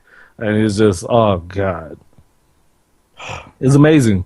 Because I feel for Max Payne. Like, his life is like the epitome of damned if you do, damned if you don't. It's maximum suckage. Yeah, like that's what it is. I feel like even if you beat the game, you don't win. Right. You know what I mean? Because I've done I've played the game and I'm on the second part of the story. Mm-hmm. While finishing the second part of the story, I thought I beat the game because they make you go through so much fucking shit. Right. And then there's like, oh, it's a part 3. I'm like, fuck. You know what I mean? Like I'm not upset. I'm actually happy because like I get to play more. Right. But I'm just like, damn. Just when you thought you was getting accomplishing the goal. Yeah, like it's still not enough. And then just right when you like, even before you get there, like you do a lot of shit, and just like right when you think you're about to do the right thing, nope, womp, close but no cigar. You know what I mean? Every single time, like I feel for Max Payne, yo. Like like I said, his life is the epitome of damn if you do, damn if you don't. Total suckage. Like it doesn't matter what the fuck he does. His life is kind of fucked up though. The reason why I do that is because it makes for an entertaining game. Yeah. So yeah, it makes you because the things I like about video games is the emotional attachment that I have to games that I really, really like. Yeah, the good ones definitely they draw that out, especially now. It's not like it used to be. Like don't get me wrong, back in the day it was some good games and they taught you like they definitely honed your reflexes, your hand-eye coordination. They definitely did that, but I really wasn't that pulled into a lot of them as far as the story, because the story seemed like it was just there to give the game some context. Right. But now, I said really probably over the last 10, 15 years or so, the stories in the games have gotten way more advanced, way more detailed and complex, and they draw you in the same way a movie would draw you in. Exactly. Like you for the character that you're playing as, like you have an emotional attachment to them. Like damn, like you feel their pain because you're playing as them. You know, like sometimes I forget that I'm holding the controller because it's like how deep in the game I get into it. You know what I mean? It's fucking crazy. And Max Payne is one of those games. Max Payne 3. If you guys like Max Payne series and you haven't played the Max Payne 3. Go and get that. That game is amazing. Dude, I'm going to give you another reason to be jealous right now. Because it's the same reason that I was jealous. I talked to Graydon the other day. And he told me he got a chance to play the portion of what Star Citizen that they have out now. I'm hanging up. I'm logging out. Goodbye. Goodbye. I'm not talking to anymore. Dude. Podcast is done. Man, I couldn't, man. Matter of fact, what I'm going to do is I'm going to try to get him on the show so he can tell you about the details of it, because it blew me away. Like God. Just him talking about. I wish I could have saw it. Is it still it's going to be big? Like is this? But did he play it in beta or is it out yet? No, what it is, Star Citizen. The people over Star Citizen, what they decided to do is, while they're still developing it, they've let people play certain segments of the game, like some of it's basically a beta.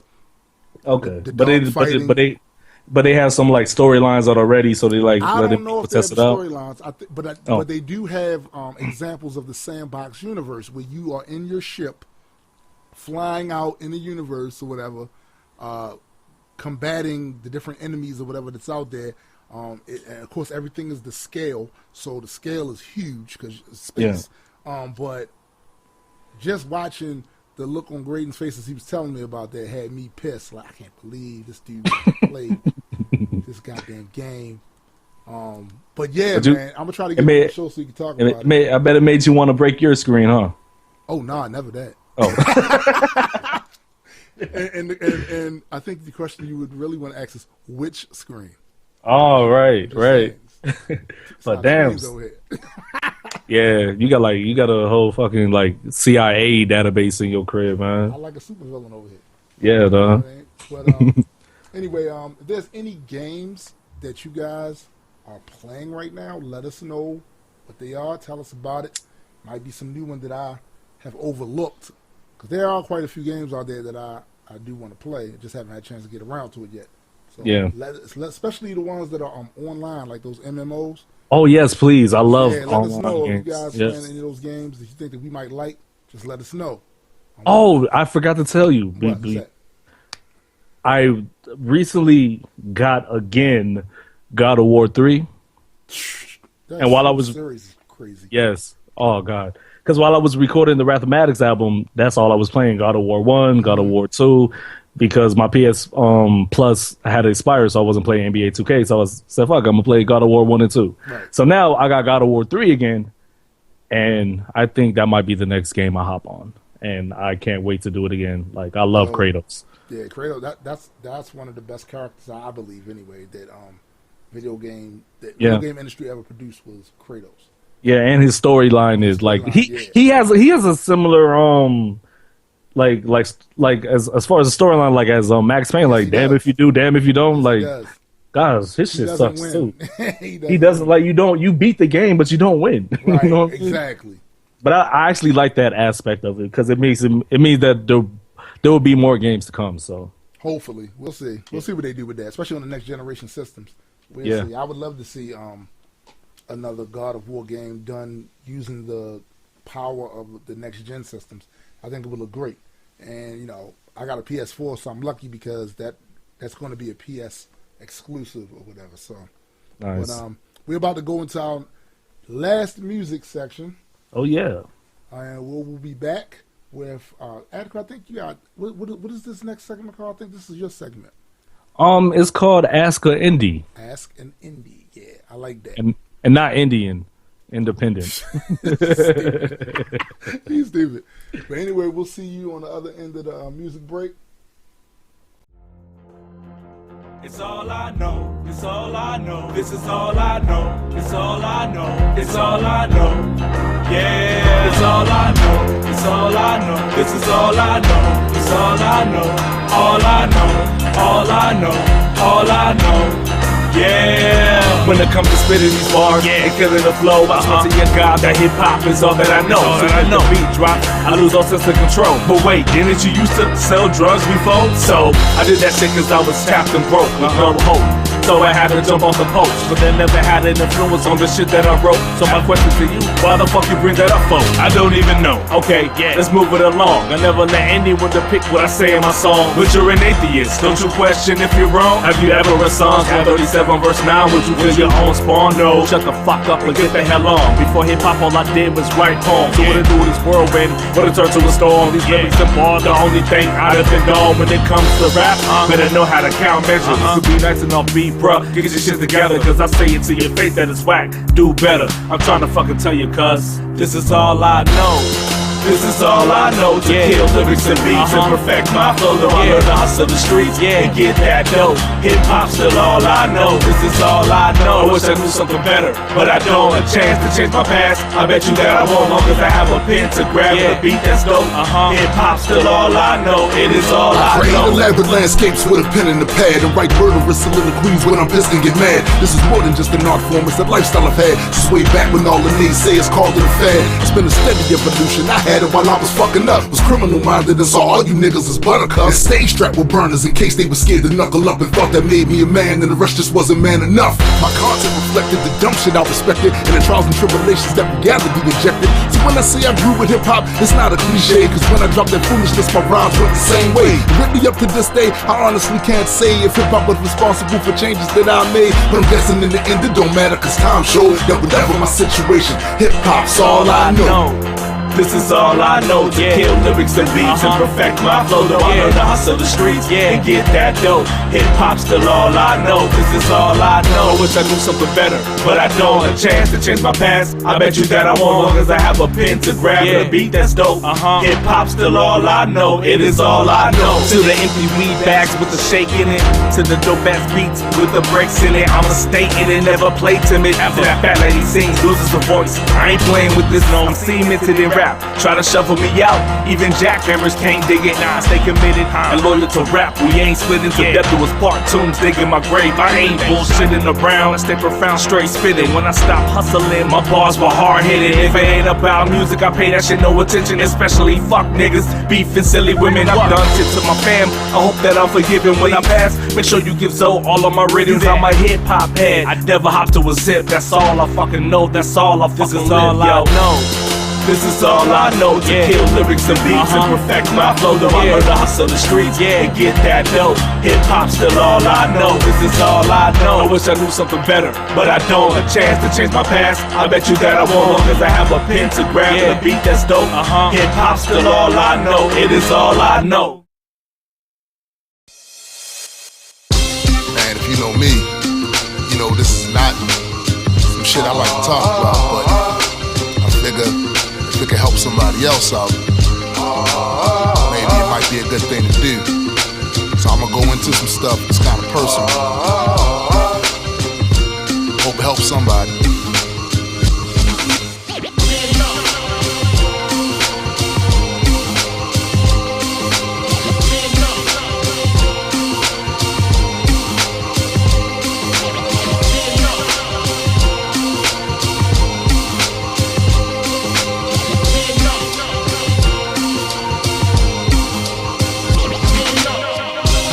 Was elusive, mostly cause he was abusive. Pulling knives out on my mother, rageaholic undisputed. Did a tour in Vietnam, had these issues with his mom, and feeling like he wasn't one that did his way of thinking harm. I guess the things he must have saw really stuck up in his craw. From my perspective, didn't like him, thought his heart was black as tar. Mother had to leave him for fear that one day he'd kill us all. Without the money he brought in financially, we'd start to fall. This is a common occurrence, the type of disturbance. But many of my peers back then did the family such disservice. No form of support, financially or otherwise. Just lots of drama shaping how the world is seen through children's eyes. No correspondence with him, heard he moved up to New Jersey. Started preaching for some church, yeah that's right, you heard me. The next time I saw him, it was in the city mall. Drunk himself to death, I guess that's just the path that he was on. Why are you producing if you didn't know how you were going to provide for him? You should be ashamed of yourself. I don't know how much more of this I can take. I can't restrain myself because this is the #1 problem in the black community. It's you. Yes, my resentment did not need any type of contentment, so I got rowdy and sullen with no sign of repentance. Running the streets a lot with lots of other broken kids, acting like I had no conscience or a single fuck to give. Mama was just trying to live and keep a roof over our heads, so lots of times she can't keep track of all the things her sons had did. So we had brushes with the law for having guns and stealing cars, but never hustled drugs because somehow I thought that went too far. After she left my dad, my mother met another man, and even though he was a good one, I just really couldn't stand him. I felt like, who the hell are you to tell me what the fuck to do? You're not my father, as if my father was someone cool. I'm looking back on all that foolishness, regretting now, because my stepfather loved us, that's why he stuck around. And his example's the reason I am the man I am. Him and granddad, the only men that never gave a damn. The reason I say that, 70% of those children who are without a father, boys in particular, end up in the criminal justice system. 70% of them. And you're contributing to that. You are providing that stereotype that people like to put on black men and say they having these babies. I had a baby at the same age that my father was. The mother of my little girl must have ran out of love, cause not long after that she felt like that she had to split and left me standing with betrayal and feelings of abandonment. Yo, I was so fucking pissed and angry thoughts would cloud my mind, and all I hate was corrosive, brain felt on fire all the time. Through all of that though, I would never walk out on my child and leave a fatherless to roam this fucked up planet in the wild. So despite the rage, I had to keep that monster cage. Refused to go out like my father did, there is no fucking way. And in a weird sort of sense, his life inspired me hence, cause that example kept me far enough from out the abyss. Left that old grudge behind dead and kept it mostly buried, because that burden got too heavy for my mind to carry. I just know that if my family's straight, I'm going to win. They'll never say the things about me that I said about him. You also make the call of your children if any of them do not succeed in life and are not able to work themselves out of poverty, who are having behavioral problems. Don't stick your chest out, lift your head up. You should be ashamed, not proud, standing there trying to look proud. You should feel ashamed. You should feel that you are contributing to the downfall of black people in general. You.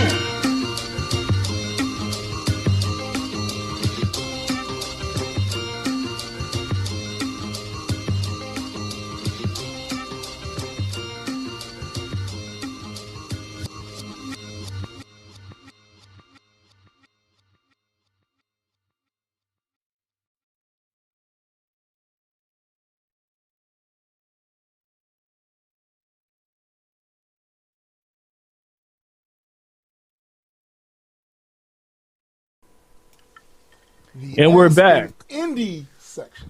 Like yeah, ask a independent artist. What are they exactly asking though? A question I like mostly get asked by people, especially on Facebook, that are pursuing a rap career or whatnot. Right.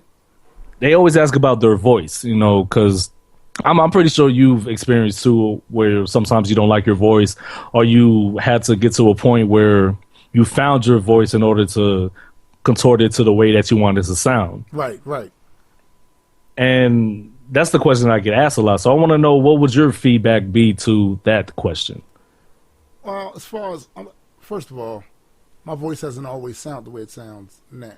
Right. Because I've been around since I was a teenager, and you know, you go through that puberty stage where you get accustomed to your voice sounding a certain way, and then it breaks.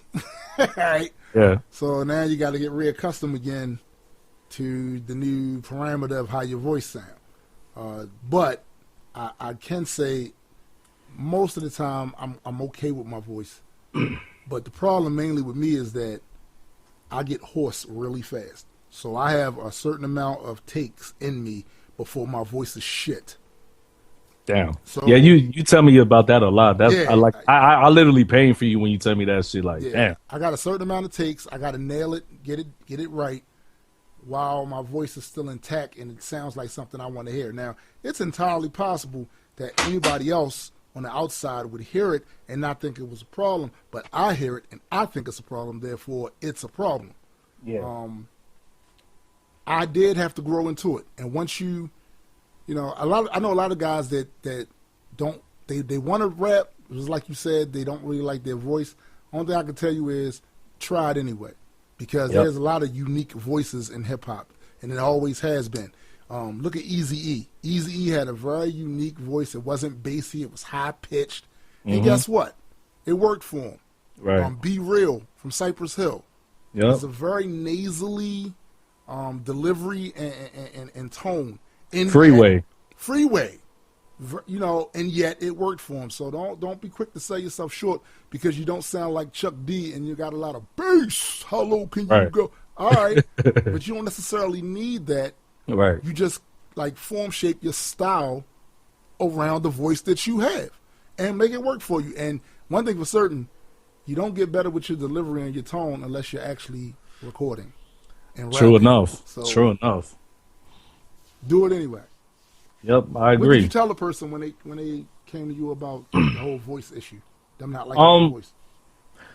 I just tell them what I normally tell people. Because me starting out, I didn't like my voice at all. Because you know when you hear your shit, you have these like, what? That's how I sound. Right, you know what I mean? Right. But what I do and what I tell the people, what I normally tell people, like listen to various artists, like listen to their voice control, like because certain times they might sound real mellow, or certain times they might sound real hype, or it might be a mixture of both. Learn how to recite their lyrics the way that they're doing it, and try to apply some of that to your own shit. You know what I mean? Exercise right there. Yeah, because it is. I feel like that's a vocal exercise, and it teaches you how to mess around with the with your voice, with your voice box. And learn how to put inflections where they should be at.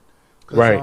I've heard a lot of quality lyricism from some underground rappers, but there are times where I think that their delivery doesn't show enough inflection and feeling, so that while on paper the bars are straight, but they didn't deliver it with the punch.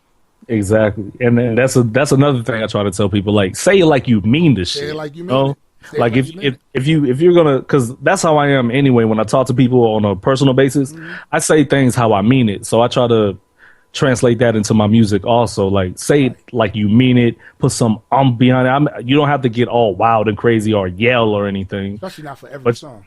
Yeah, not for every song. You have to contort it to the beat, and you also have to make sure you put emotion behind it. And don't be afraid to try new things. Like try new things, see what works, see what doesn't, and learn from both of those trials.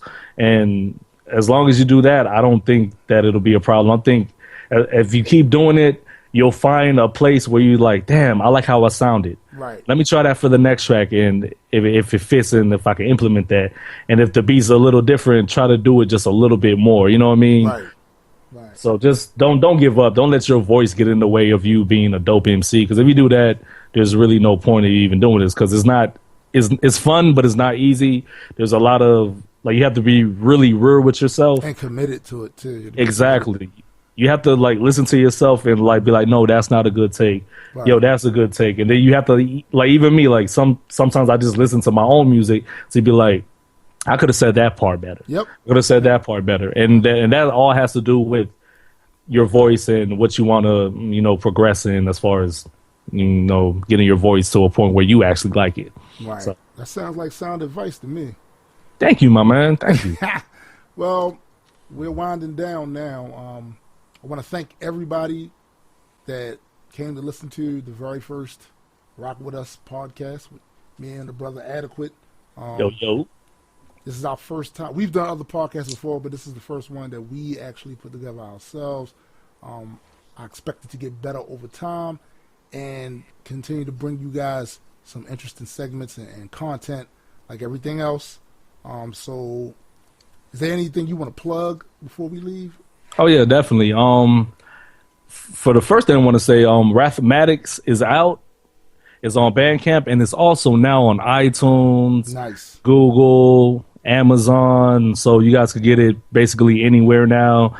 And I still have physicals available, and those physicals, they've been flying off the shelf. People been copping those.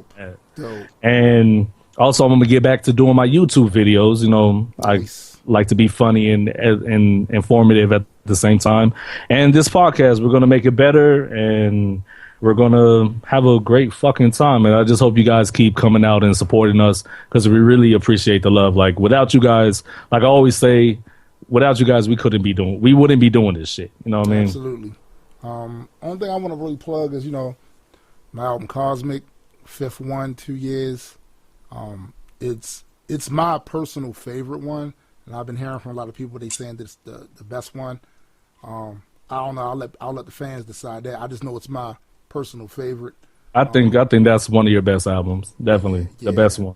Thanks, bro. You can find it on Bandcamp, iTunes, Amazon, Google Play. And I still do have physical copies available for anyone who wants them. So you can get those from off of Bandcamp. And go check out the Reaper Nation website. There's a lot of great content on there. We have a science section, and we recently just added as a contributor on there the Stop the Anti-Science Movement Facebook page. That's with JS and Matthew, right? Absolutely, and I'm telling you, I love that page. And it's new. That's the thing about it. This page is new, But they get a lot of already feedback. Rocking Yeah. great content on there. So Oh, there's one more. Mhm. Oh, my bad. No, go Am I ahead. cutting? All right, I got one more plug. Sickness, he's dropping an album, I think this Thursday. yeah, and it's gonna be crazy. Yeah, it's called Chasing the Rabbit Hole. So you guys go get that, and we'll probably post a link in about that in the description too. Yep. Also, want to shout out Tech Maverick, a group of young people that are definitely hyped up and amped about technology. They have a YouTube channel. They are also contributors on the Reaper Nation site. So, you know, everything from comic books to video games to science. Go check out the Reaper Nation website and subscribe to it. Basically, all it is, it's a cog in the wheel of the Reaper lifestyle. That's all it is. It's a way for us to meet together, discuss the stuff that we like to talk about, and get informed at the same time. So go check that out. Thanks again for listening to us tonight. Oh, and we also got to shout out the Grand Unified family, Pound GU, Rating Square, all them people out there. You know, we do it. So when is the next time? When is the next show? It's supposed to be every second Wednesday Every second Wednesday. of the month. So I mean, it's up to you or the fans, whatever. I mean, if you want to do more, we can, but it all depends. You know, Depends on the feedback. If the fans Yeah. want more, we'll give them more. definitely. All right. So for Adekwit and myself, peace. There it is. Listen, I saw it on I National know, I News. know. No, Take listen, it this is easy, GMO. calm down. I know Illuminati, it's they're everywhere. scary. I know you're afraid. Okay, But what I need you to do is just sit down and listen. What if I told you you could distrust the government and still not believe all the bullshit that others coming with? What if I told you your suspicious rants were just that, not enough data to consider, so they just fall flat? What if I told you every claim must have its own merit? Bias is just baggage that will not make evidence apparent. It seems you're dragging down this conversation with this current wave of paranoia, so it hampers you from ever learning. What if I told you you suffered from Dunning-Kruger effect, so experts in any given field you won't respect? I bet you think that all your debunking is valid, but I see nothing with balance, just a bunch of word salad. Just a battle of misconstrued notions, overstatements and speculations that rile up your compromised emotions. Look, I understand the world is scary, but is latching on to every conspiracy theory really necessary? What if I told you none of the things you say expose truth? It's quite the opposite, homie, they just expose you. Your paranoia informs you. What you think is true is only the reflection of the fear, and you don't have a clue. What if I told you you're not a truth seeker? You calling people dumb, but see you're not that bright either. I think you need to breathe until you figure this out and really think about it all before you open your mouth. What if I told you our physical senses are not infallible? In fact, we're easily fooled, our memories are malleable, subject to be altered by the passage of time and other factors that contribute to us changing our minds. And if you think that I'm lying, go and study up on neuroscience. See why your reliance on eyewitness claims is not guidance. So when people say they saw a ghost or UFO, apply a skeptical tone and see how conversations go. What if I told you you're practically unbalanced? Opinions are corrupted cause you're factually challenged. What's worse is that you hardly ever seem to care about the sources of your information when you share. They say that I'm not fair because I scrutinize and brutalize and label every foolish notion just a pack of stupid lies. But if you wanna hear a sorry, I apologize. I wouldn't hold my breath cause you'll be waiting for a long time. What if I told you none of the things you say expose truth? It's quite the opposite, homie, they just expose you. Your paranoia informs you. What you think is true is only the reflection of the fear, and you don't have a clue. What if I told you you're not a truth seeker? You calling people dumb, but see you're not that bright either. I think you need to breathe until you figure this out and really think about it all before you open your mouth. So you're saying there's nothing to be afraid of? No, actually, that's not what I'm saying. I'm saying there are plenty of things to be concerned about. But listen, you got to use some critical thinking and fact checking. Okay. Stop just running, chasing behind your biases, I man. know, You're just afraid of every damn thing. So you're looking for something that's going to reaffirm your fear. Chill with all that. I mean, damn. Sheesh. What if I told you none of the things you say expose truth? It's quite the opposite, homie, they just expose you. Your paranoia informs you. What you think is true is only the reflection of the fear, and you don't have a clue. What if I told you you're not a truth seeker? You calling people dumb, but see you're not that bright either. I think you need to breathe until you figure this out and really think about it all before you open your mouth.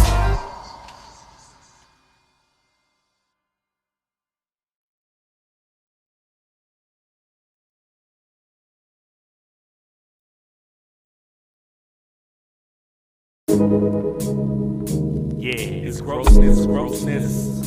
Ew, ferocious.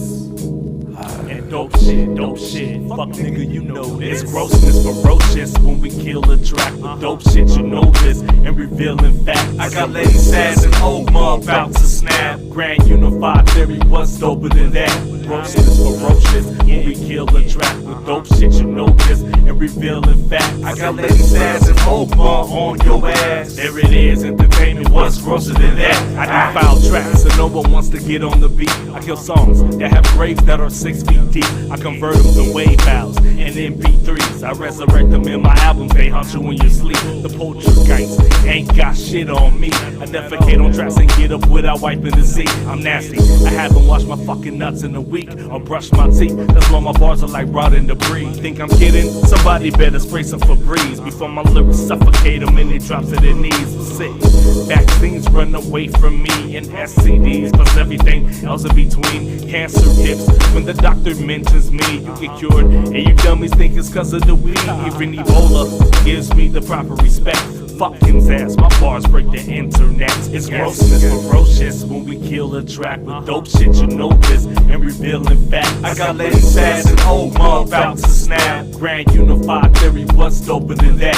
Grossness ferocious when we kill a track with dope shit, you know this. And revealing facts. I got Lady Sass and Oma on your ass. There it is, entertainment, what's grosser than that? I'll leave you with no problem, cough, sir, probably regurgitated. Vibe by the mile, foul, ass was getting penetrated. Fucking in the raw, jaws locked, max ejaculated. Stroking till it's potent, spoken words lead to masturbation. Now they waiting for the bridge to explode. Lyrics the shit, strong stitch, they held the bridge in their nose. Mixing black holding straps inside the fold of her clothes. Cockroaches getting roasted in they shit like some corn. 4 hours born, a parasite taking form. Force one to try to corner honeybee killing swarms. Was never warm, I stay ignited with scorn. Whoever tests me will regret the day they ever performed. Must be aware that I'm a part of the gut. I'm stuck in it, can't get rid of me, won't come out of the butt.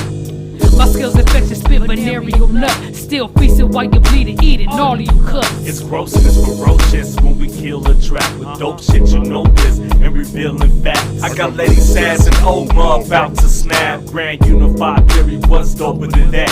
Grossness ferocious when we kill a track with dope shit, you know this. And revealing facts. I got Lady Sass and Oma on your ass. There it is, entertainment, what's grosser than that? No, this is emotion flowing all through the bars. Setlist is infectious and roll 2 in the car. Jotting the virus straight to papyrus, man. Music always been my beacon for guidance. I'm running through the void as the galaxies collapse. Civilizations I've created screaming, why did this happen? Sadly, but gotta keep it moving. They can ruin with delusions that I'm naturally in tune within this madness. Getting grosser like every time that I do it. Fluent in ethyl fluids and other manifestations of manipulating nature and shaping it to equations. Brazenly blazing cage and haze arrangement in the station. For granted my life been taken, I ain't a complacent patient. You ain't giving me a plate of slop and saying that it's bacon. Trained to be mental saying away from talk that doesn't faze them. Oh, you thought that I was playing? No, I'm working every day. It's grossness ferocious when we kill a track with dope shit, you know this. And revealing facts. I got Lady Sass and Oma about to snap. Grand Unified Theory, what's doper than that? Grossness ferocious when we kill a track with dope shit, you know this. And revealing facts. I got Lady Sass and Oma on your ass. There it is, entertainment, what's grosser than that? There it is, entertainment. Yeah, all the way down south in MIA, baby. Miami all day up to New Jersey, and the East Coast, and all the way out to the West Coast, California. Yeah, collaboration, man. It's been a long time coming for this shit, yo. Yeah. Shouts to Reaper Nation. We dangerous, man. Straight eating MCs, man. We broke, man. We make niggas put they pen and pads down, man. And did I mention I'm the CEO of my shit? CEO, baby. Business, man.